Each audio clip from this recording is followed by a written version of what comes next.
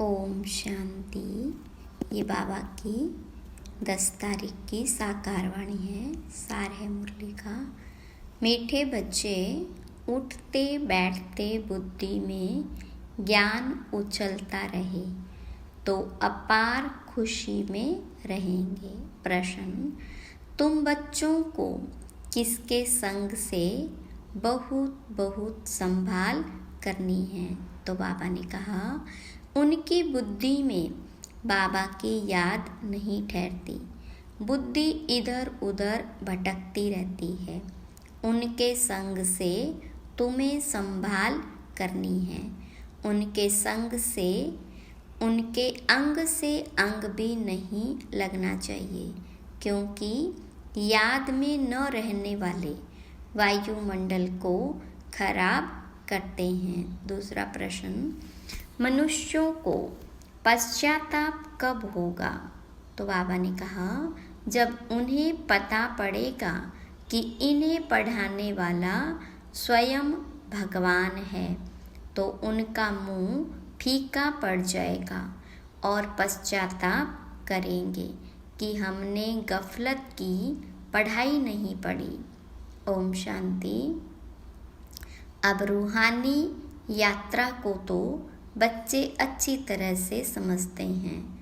कोई भी हठ योग की यात्रा होती नहीं। यह है याद।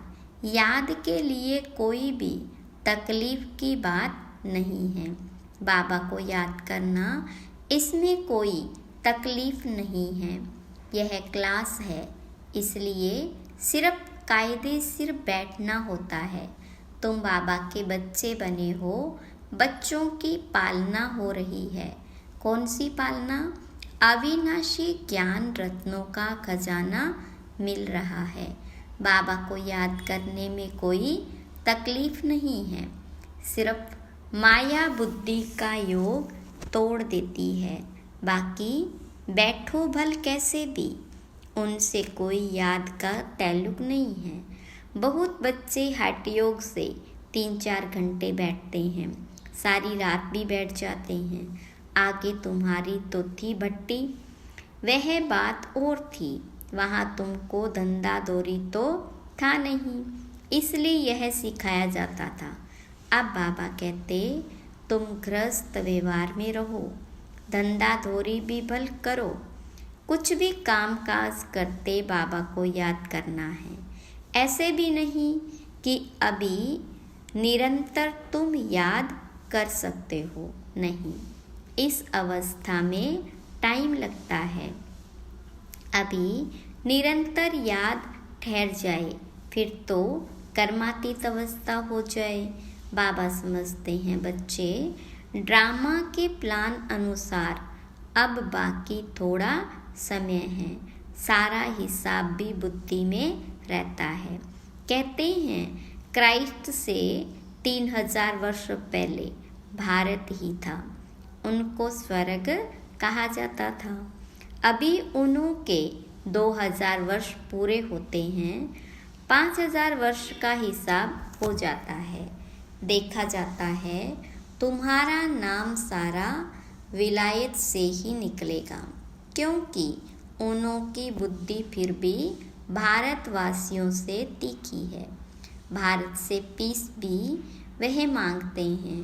भारतवासियों ने ही लाखों वर्ष कहकर और सर्वव्यापी का ज्ञान देकर बुद्धि बिगाड़ दी है। तमो प्रधान बन गए हैं। वह इतने तमो प्रधान नहीं बने हैं। उनों की बुद्धि तो बड़ी तीखी है। उनों का जब आवाज़ निकलेगा तब भारतवासी जाएंगे, क्योंकि भारतवासी एकदम घोर नींद में सोए हुए हैं। वह थोड़े सोए हुए हैं, उनों से आवाज़ अच्छा निकलेगा। विलायत से आए भी थे कि हमको कोई बतावे पीस कैसे हो सकती है, क्योंकि बाबा भी भारत में ही आते हैं। यह बात तो तुम बच्चे ही बता सकते हो। दुनिया में फिर से वह पीस कब और कैसे होगी, तुम बच्चे तो जानते हो। बरोबर पैराडाइज अथवा हेवन था। नई दुनिया में भारत पैराडाइज था, यह और कोई भी नहीं जानते। मनुष्यों की बुद्धि में यह बात ही बैठ गई है कि ईश्वर सर्वव्यापी है और कल्प की आयु लाखों वर्ष कह दी है। सबसे जास्ती पत्थर बुद्धि ये भारतवासी ही बने हैं।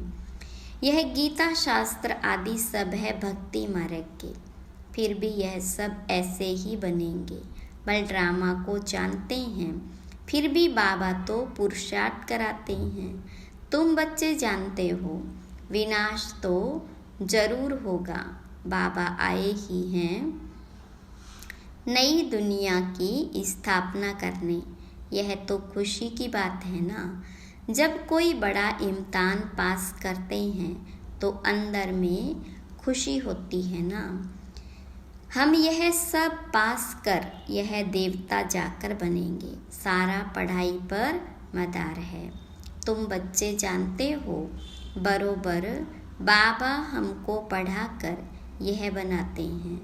बरोबर पैराडाइज हेवन था। मनुष्य तो बेचारे बिल्कुल ही मूंझे हुए हैं। बेहद के बाप पास जो ज्ञान है वह तुम बच्चों को दे रहे हैं। बाबा की तुम महिमा करते हो।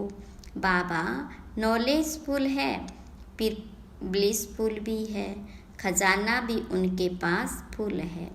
तुमको इतना साहूकार कौन बनाता है? यहाँ तुम क्यों आए हो? वर्षा पाने। अगर कोई की तंदुरुस्ती अच्छी है परंतु धन नहीं है तो धन बिकर क्या होगा? वैकुंठ में तो तुम्हारे पास धन रहता है। यहाँ जो जो साहूकार है उनको नशा रहता है। हमारे पास इतना धन है, यह कारखाने आदि है। शरीर छोड़ा खलास। तुम तो जानते हो हमको बाबा 21 जन्मों के लिए इतना खजाना दे देते हैं। बाबा खुद तो खजाने का मालिक नहीं बनते हैं, तुम बच्चों को मालिक बनाते हैं। यह भी तुम जानते हो विश्व में शांति तो सिवाय गॉड फादर के कोई स्थापन कर न सके। सबसे फर्स्ट क्लास चित्र है यह त्रिमूर्ति गोले का। इस चक्र में ही सारा ज्ञान भरा हुआ है।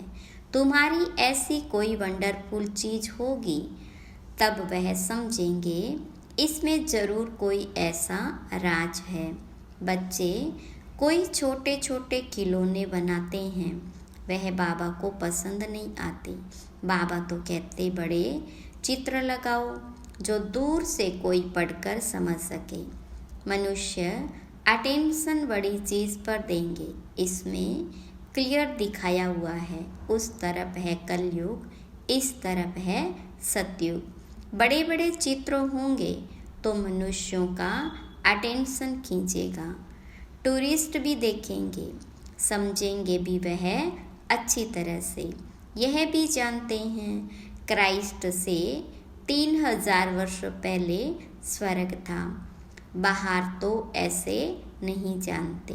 5000 वर्ष का हिसाब तुम क्लियर समझाते हो तो यह इतना बड़ा बनाना चाहिए जो दूर से देख सके और अक्षर भी पढ़े, जिससे समझे कि दुनिया की अंत तो बरोबर है। बॉम्ब्स तो तैयार होते रहते हैं, नेचुरल क्लेमिटीज भी होगी।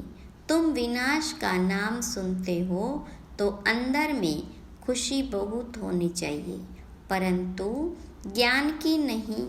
ज्ञान ही नहीं होगा तो खुश भी हो न सके। बाबा कहते देह सहित सब कुछ छोड़ अपने को आत्मा समझो। अपनी आत्मा का योग मुझ बाबा के साथ लगाओ। यह है मेहनत की बात। पावन बनकर ही पावन दुनिया में आना है। तुम समझते हो हम ही बादशाही लेते हैं फिर गवाते हैं। यह तो बहुत सहज है। उठते बैठते चलते अंदर में टपकना चाहिए। जैसे बाबा के पास ज्ञान है ना, बाबा आए ही हैं पढ़ाकर देवता बनाने, तो इतनी अथाह खुशी बच्चों को रहनी चाहिए ना। अपने से पूछो, इतनी अथाह खुशी है? बाबा को इतना याद करते हैं?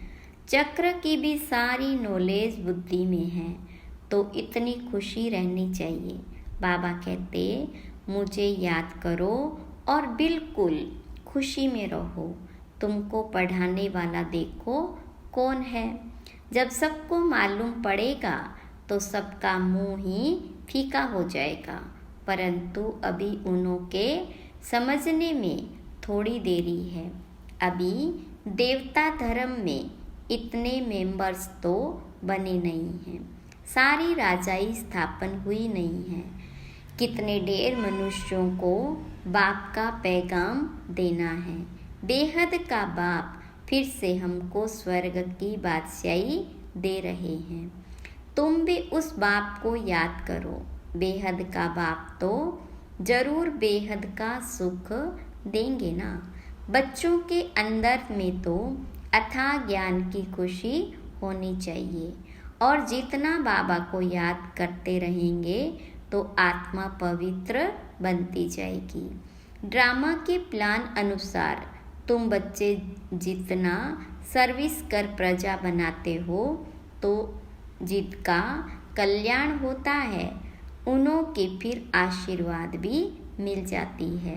गरीबों की सर्विस करते हो, निमंत्रण देते रहो। ट्रेन में भी तुम बहुत सर्विस कर सकते हो। इतने छोटे बैच में भी कितनी नॉलेज भरी हुई है।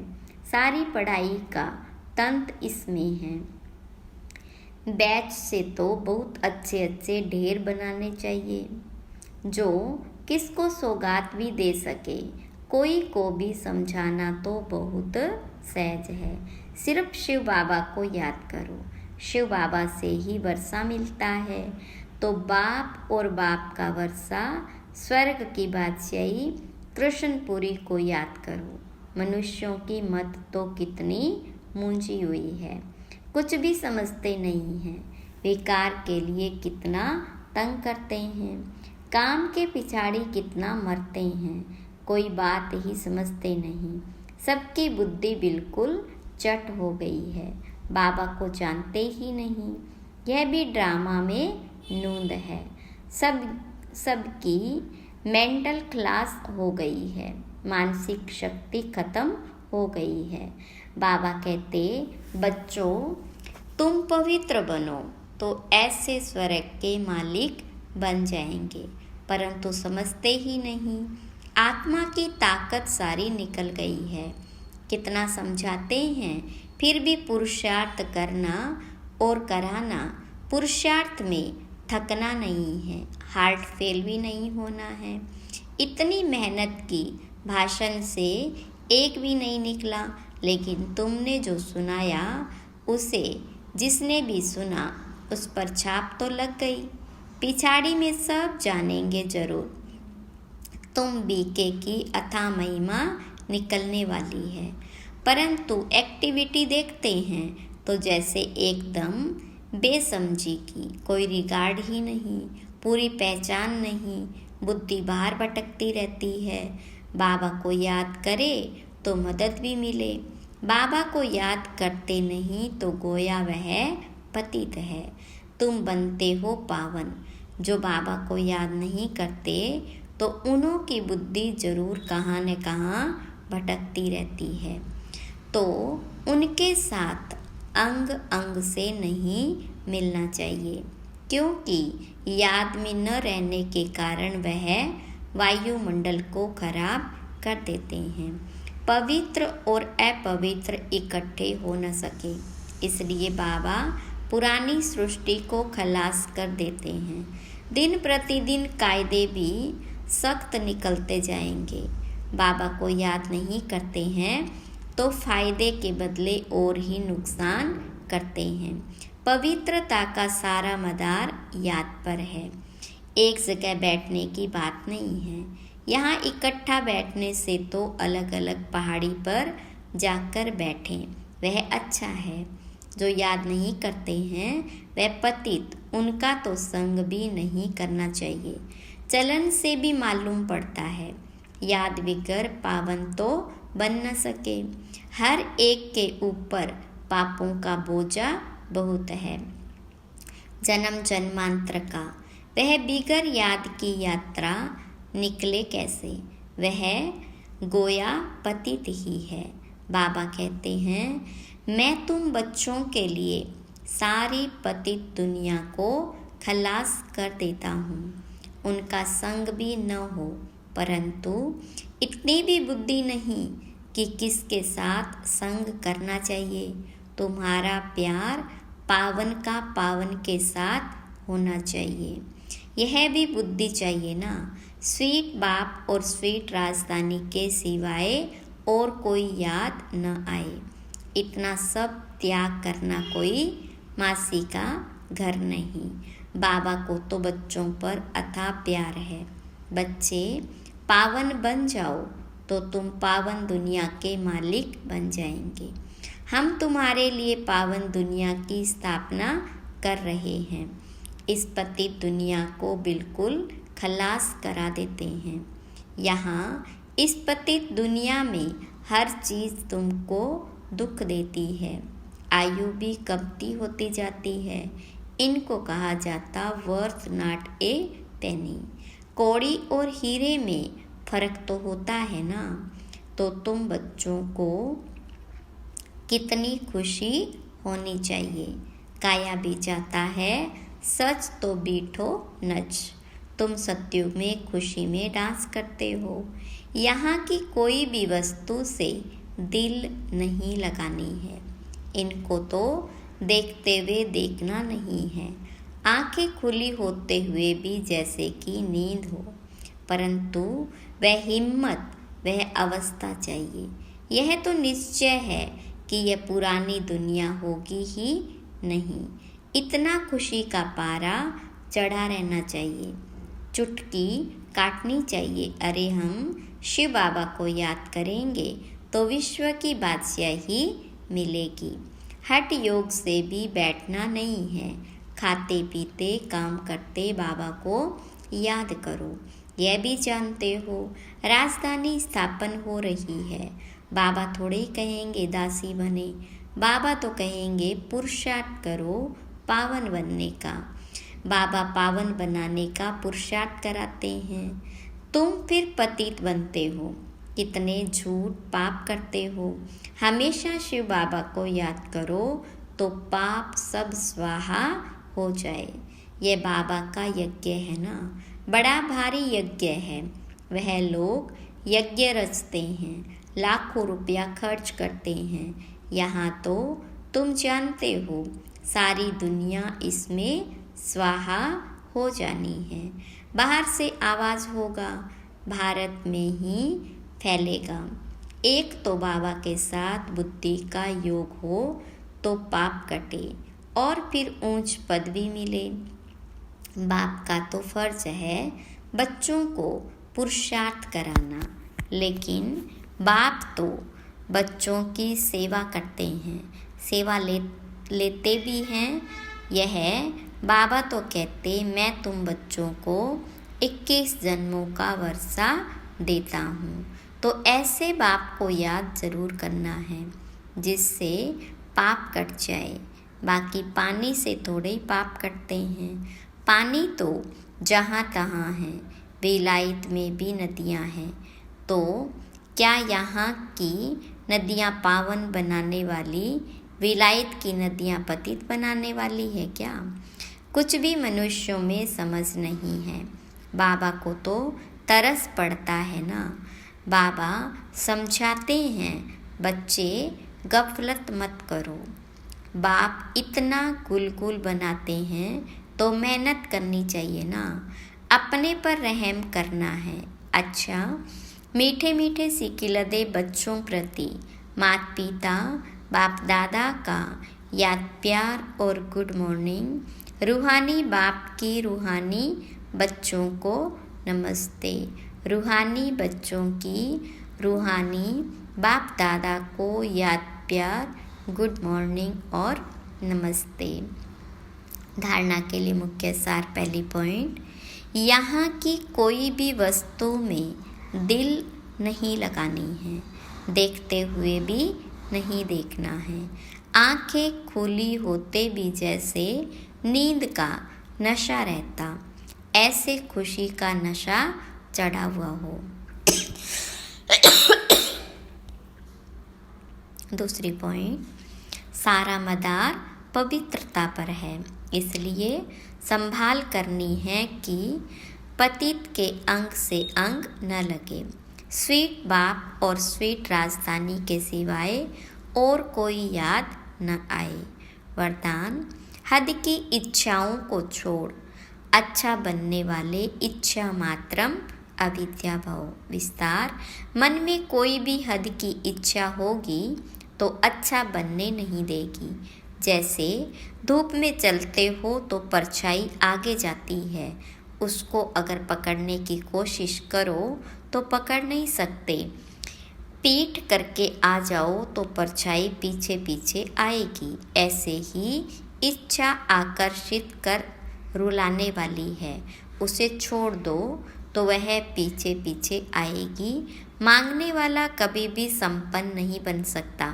कोई भी हद की इच्छाओं के पीछे भागना ऐसे है जैसे मृग तृष्णा, इससे सदा बचकर रहो तो इच्छा मात्रम अविद्या बन जाएंगे। स्लोगन, अपने श्रेष्ठ कर्म व श्रेष्ठ चलन द्वारा दुआएं जमा कर लो तो पहाड़ जैसी बात भी रुई के समान अनुभव होगी। अच्छा, ओम शांति।